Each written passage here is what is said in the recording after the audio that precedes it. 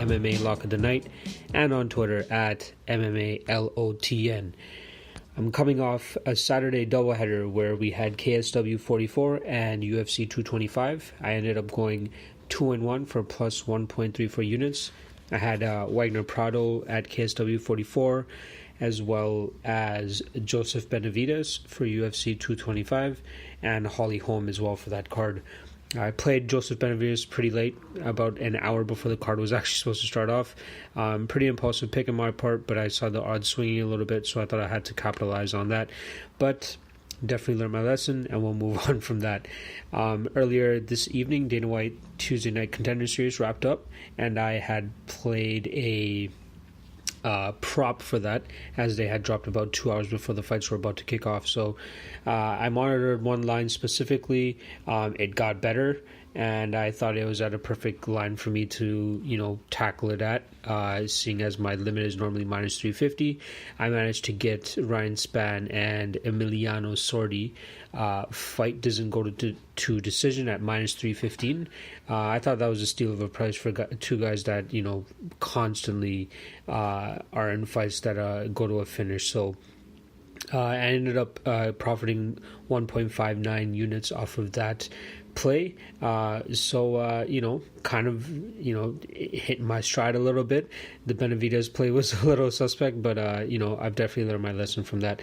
And we'll be moving right on into UFC Singapore, where I have two plays that I'm very anxious for, and I can't wait to see how they play out.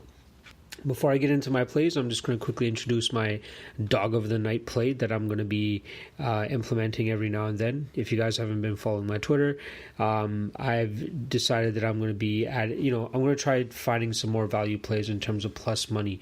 I definitely see a lot of plus money plays that I pass on just for that more safe bet, that kind of, that plays more towards my brand, which is the Lock of the Night brand. So I wanted to add something a little more fun, or a little bit more riskier, in a sense that'll help with my ROI, as well as help me capitalize on certain situations where I think I actually have a good read on it. So I was actually going to begin this Dog of the Night play on UFC 226, but there was something that I liked on this UFC Singapore card that I felt like I needed to take advantage of. So, you guys will definitely hear about that later in this podcast. So yeah, Dog of the Night plays will be between 1 and 2 unit plays on dog money odds. So yeah, just keep an eye on those. Always make sure to keep an eye on my unit distribution for these plays as well, because I always want to guarantee a profit at the end of the night, in case the dog play takes an L. So without further ado, let's just get right back into this UFC Singapore card, which goes down at an early time for us East Coasters on Saturday, which I'm freaking excited for. I bet your ass I'm going to be up early as hell watching those fights from beginning to end. So yeah, let's kick it off. I got Ji Yoon Kim decisioning Melinda Fabia. I got Uluka Sasaki with the first round sub over Janelle Lausa. Naoki Inoue second round sub over Matt Schnell. Viviane Pereira decisioning Yan Jionan. Jake Matthews TKOing Shinsho Anzai in the second round. Hector Aldana with the first round KO over Song Kanan.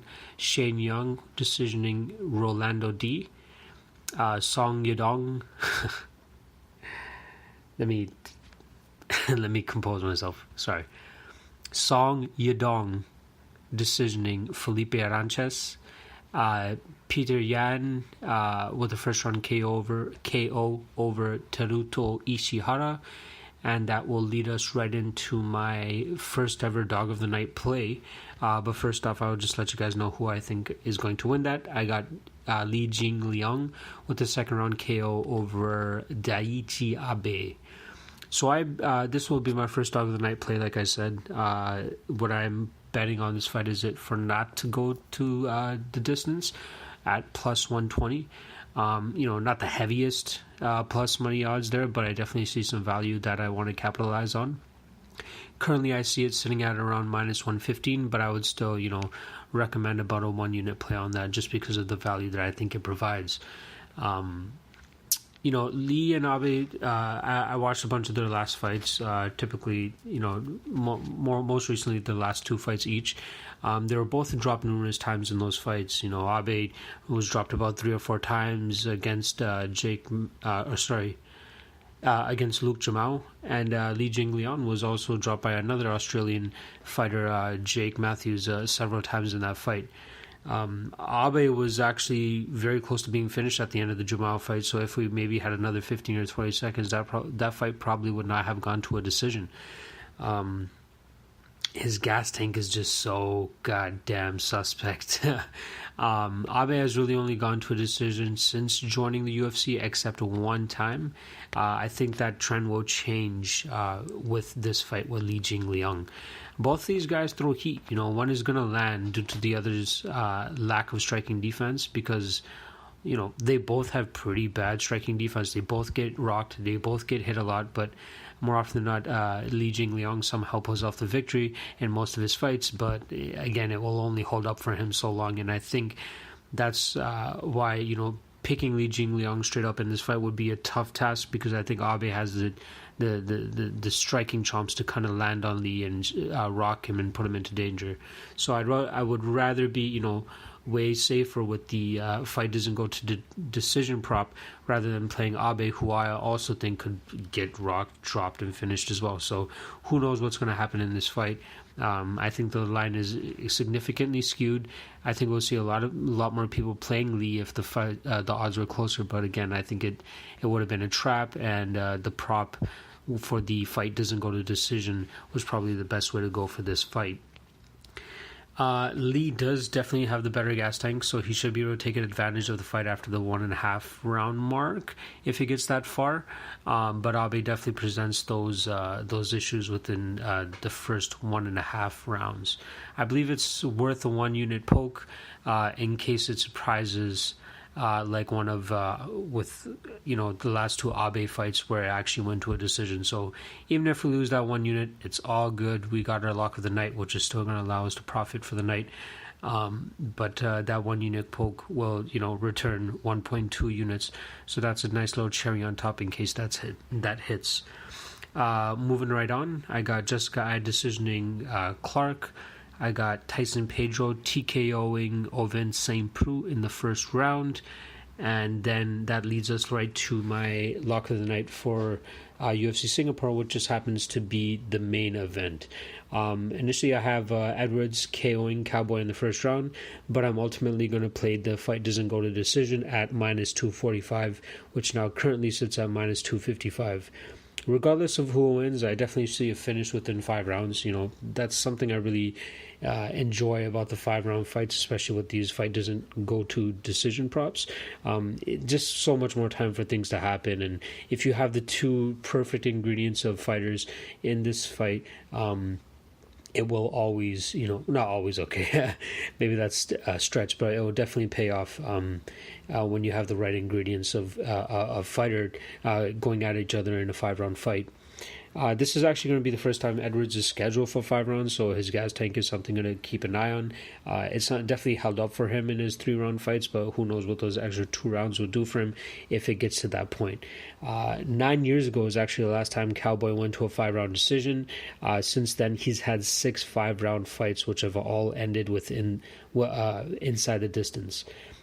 So with Cowboy, we've seen kind of what his kryptonite is. He usually gets rattled and overwhelmed by guys with a good, crisp boxing and punching technique. And I believe Edwards is that guy. Not a lot of people know about Edwards in the mainstream of things, but, us nerds definitely know that he's the real deal. And he's coming for that win. He wants to, go on that same path that Darren Till took once he took Cowboy's soul. He wants to come in there, finish Cowboy quick, make a statement, put his name on the map, and start fighting these upper echelon guys. Cowboy will definitely need to fire back to fend off the pressure from Edwards, which I think will be the key to Edwards' victory in this fight. If he stays in Cowboy's face and doesn't let him get comfortable, he should be able to hurt him either with a body shot or land on the chin and drop Cowboy, who's taken plenty of damage in his last couple fights. If it goes back past 2 rounds, though, I do favor Cowboy a little more, as he has the ability to mix it up on the feet with good cardio, and just his transitions that he's been showing recently in terms of striking to grappling, and even his jiu-jitsu, which he's shown throughout his career. He has plenty of ways to finish this fight if it is able to go his way and he's able to get comfortable in the fight. So, once again, my lock of the night is going to be the Cowboy and Edwards fight to not go to a decision at minus 245. So that's pretty much a wrap on UFC Singapore. Nothing too in-depth or, technical about these breakdowns. Kind of just what my thoughts are about them since they're props. But, whenever there are actual fighters that I'm picking to beat other fighters, you guys will hear a little bit more of a technical breakdown and some things that I actually picked up on those fights. But again, for these props, we just need somebody to finish somebody. That's it. And in these 2 fights that I bet on, I believe we both see finishes. So let's see how that goes. Moving right on, I got Professional Fighters League is coming up on Thursday, which would be tomorrow if you guys are listening on Wednesday. Odds are still not out, so I don't really want to waste my time in taping something and then it comes out where the guy's like minus 500. So depending on when the odds come out, I'll definitely try to fit in some tape, and if I see an opportunity, I will definitely not hold back, and I'll definitely drop that lock of the night play for you guys, or even a dog of the night if there's some good dog money to be played.